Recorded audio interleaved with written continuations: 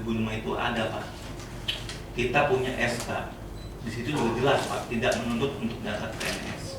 Tapi PP 48 2005 terbit, kami dijanjikan angin segar Pak sama pemerintah.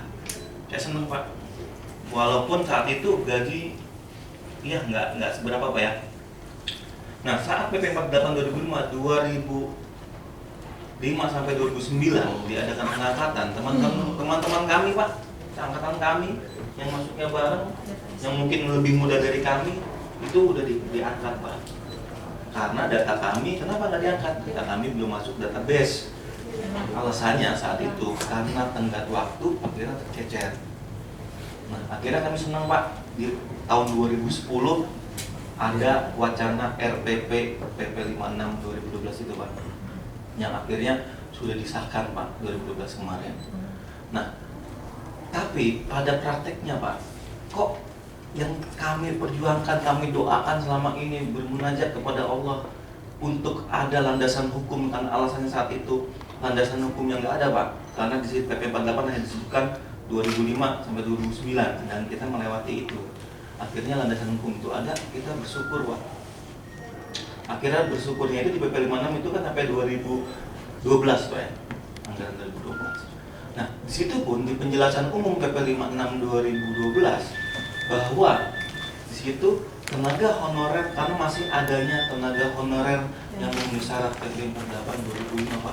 Saat baru baca penjelasan umumnya itu Pak, kami udah bersyukur Pak. Karena apa? Karena kami yakin betul.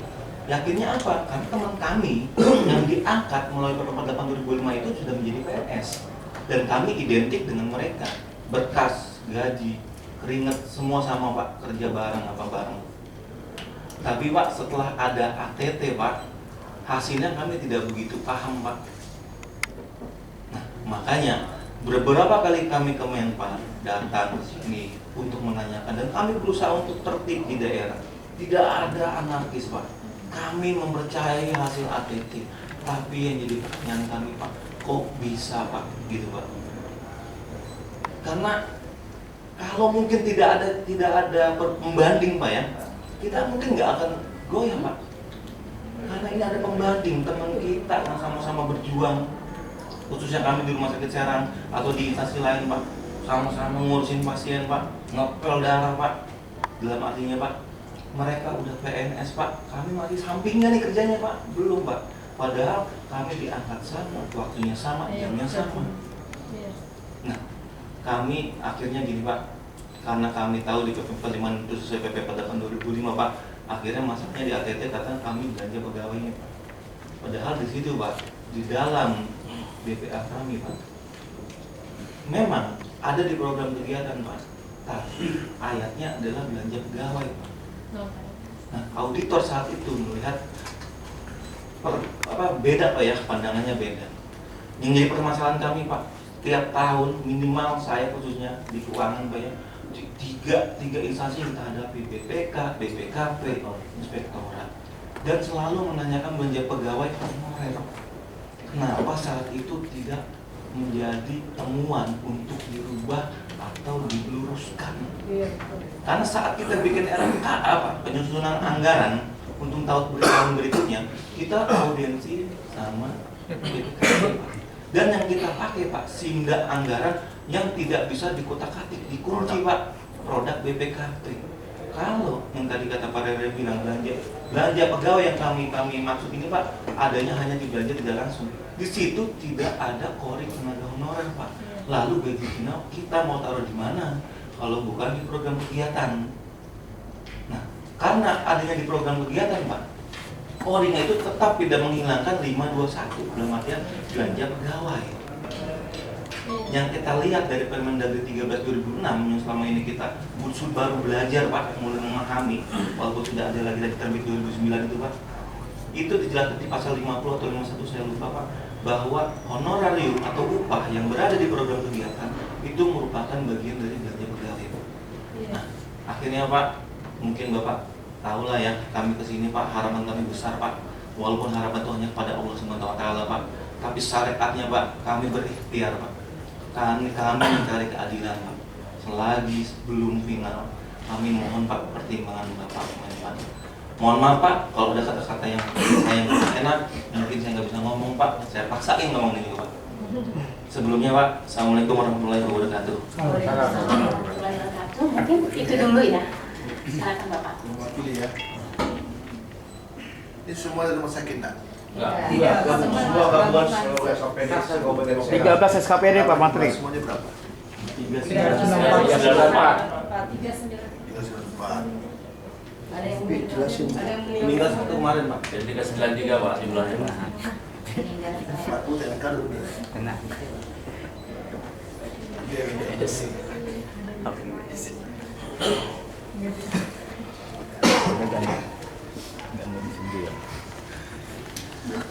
Baik. Assalamualaikum warahmatullahi wabarakatuh. Waalaikumsalam warahmatullahi wabarakatuh.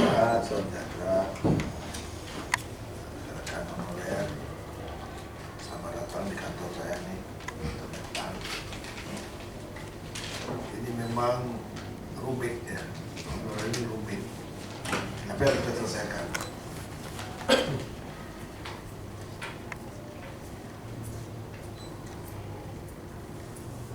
Saya masuk ini 2011 Oktober. Nah, sebelumnya sudah diangkat sebanyak 896.000 orang honorer dari 2005 sampai 2009. Dan menurut catatan itu banyak sekali yang tidak pas, tidak sesuai dengan aturan.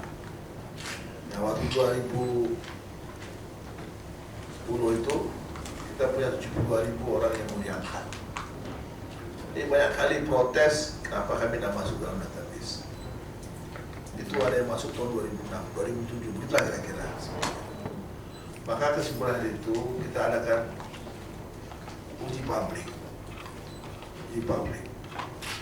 Waktu di uji publik, udahlah kelihatan ada 35.000 orang, 32.000 orang merasakan dia sama dengan yang sudah masuk dalam itu.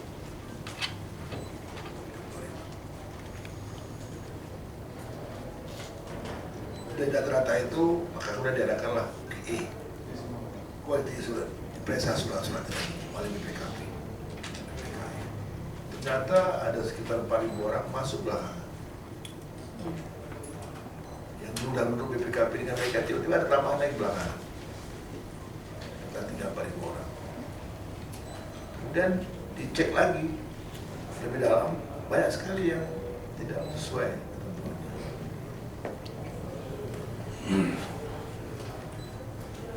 Ini ternyata ini banyak sekali persoalan. Maka timbullah pikiran untuk ATT 30 daerah ambil sampling. Maksudnya pikiran kita itu setiap kabupaten satu.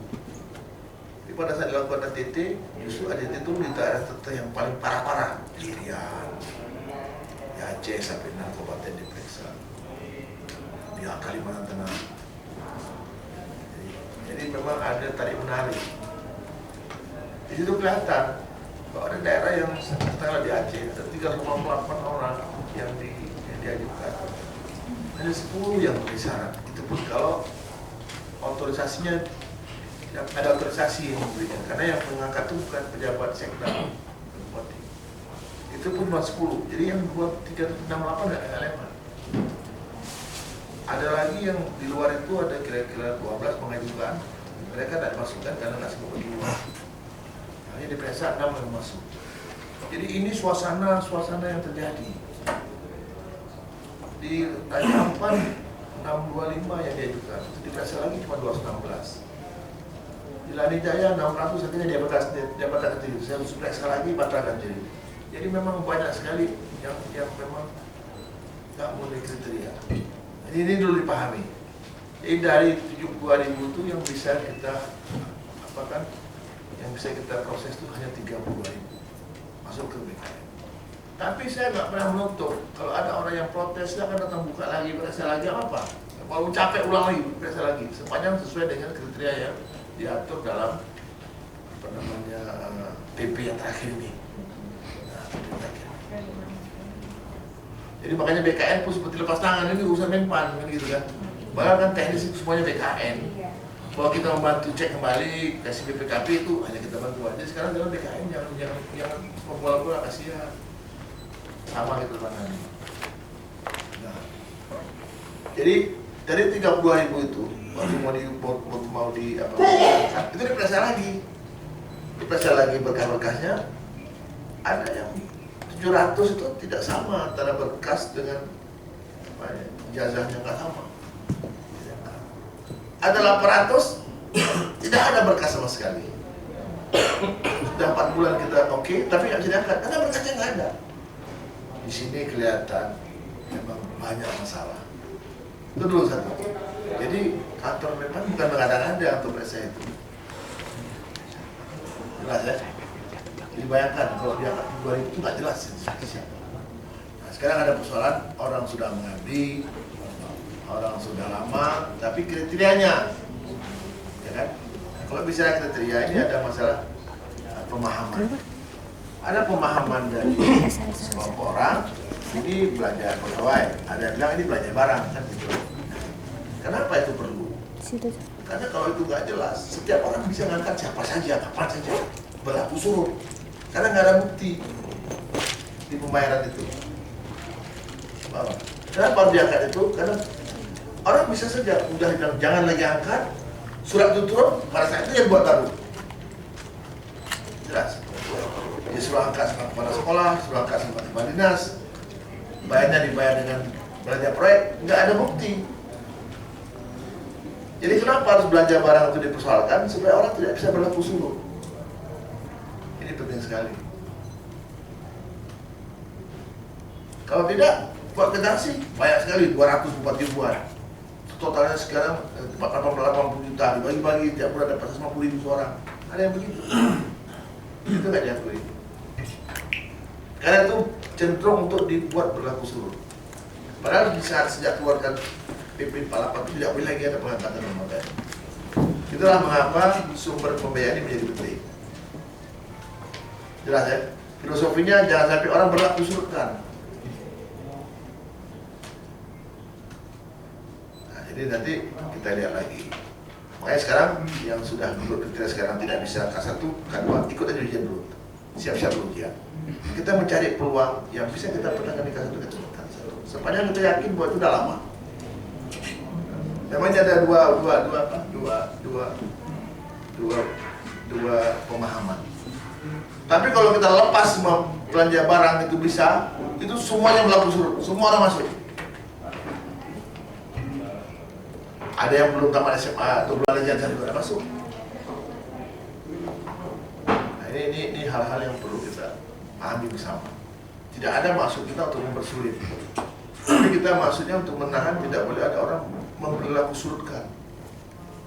Jadi seperti di Melabu, kami 70 orang kurang terlempar, Aceh Barat terlempar, 70 nggak masuk dari 200 sekian. Saya bilang bagi diperiksa dulu lah. Jadi kalau ada periksa, buktinya ada bawa lagi ke saya. Apalagi kita sama orang Aceh. Dua minggu dia balik, ya betul Pak, dia memang nggak ada lagi. 2006 dia angkat, dia buat berlaku surut. Karena nggak ada, tadi buktinya nggak ada. Nah, saya ingin kita cari jalan, ya, tanpa melanggar ketentuan. Tapi kalau bisa meyakinkan bahwa ini orang lama, ya kita bisa berikan. Saya kira itu yang saya bisa sampaikan. Tapi saya nggak bisa menunggu ini lewat semua, nggak bisa. Harus melalui pemeriksaan.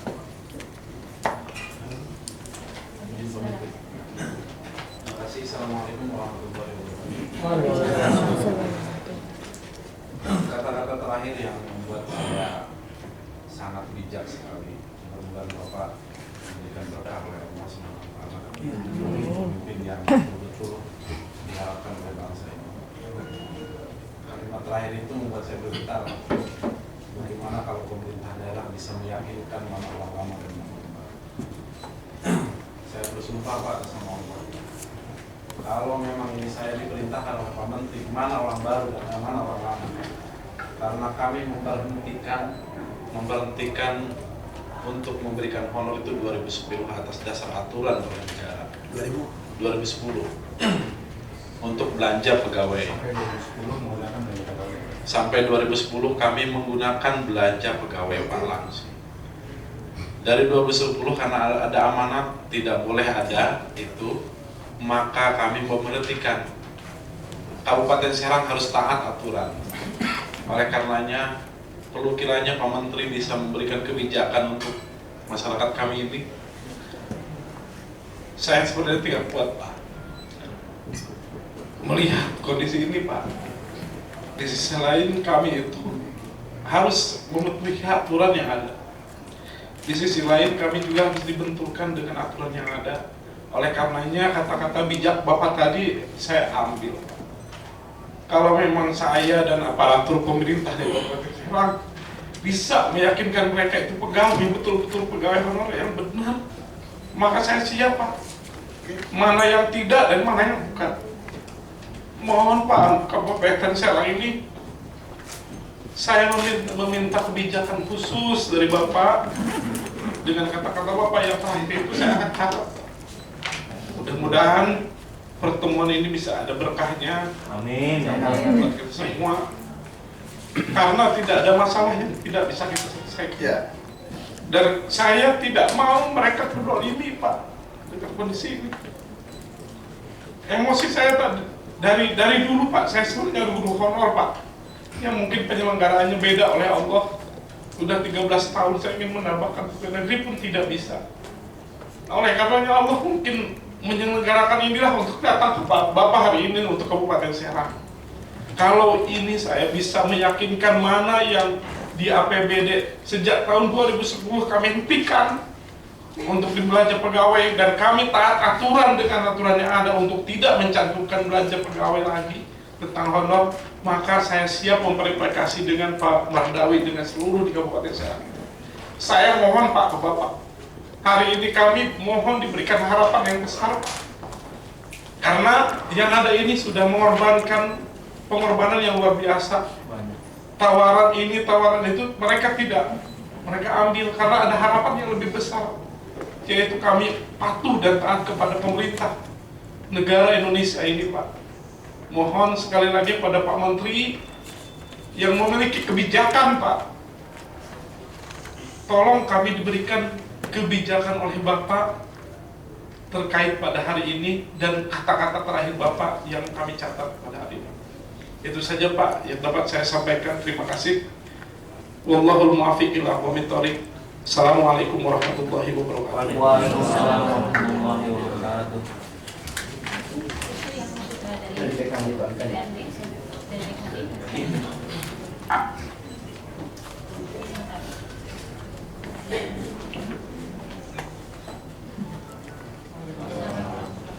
Perlu kami informasikan barangkali Pak, berkaitan dengan tadi bahwa di daerah lain barangkali ada penambahan barangkali Pak. Nah, di Kabupaten Serang, Pak, kami sebagai pegawaian dari tahun 2003 Pak, itu kita sudah kunci, Pak, buat membuat semacam registrasi, Pak. Semua ini termasuk honorer, ada registrasi yang tidak bisa kita ganti, Pak.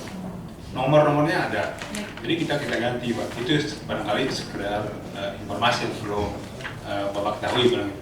Demikian, Pak. Jadi kita ambil kesimpulan, kita cek balik. Ya, prinsipnya sekali lagi saya ulang, kita betul-betul menampung orang lama. Ya, yang diangkat adalah semacam seleksi lah, ya, bukan sembarangan orang. Kadang-kadang pengangkatnya kan politis sekali.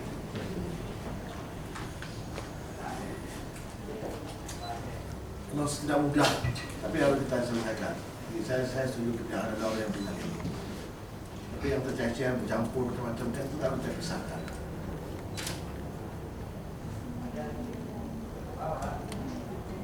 Ini ada 36 orang pada 2005 belum memiliki ijazah SD.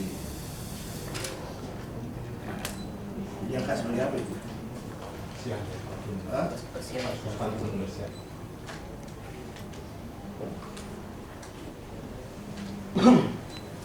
Dan ini kan bentuknya dengan peraturan kan? Ada yang hadir nggak sini?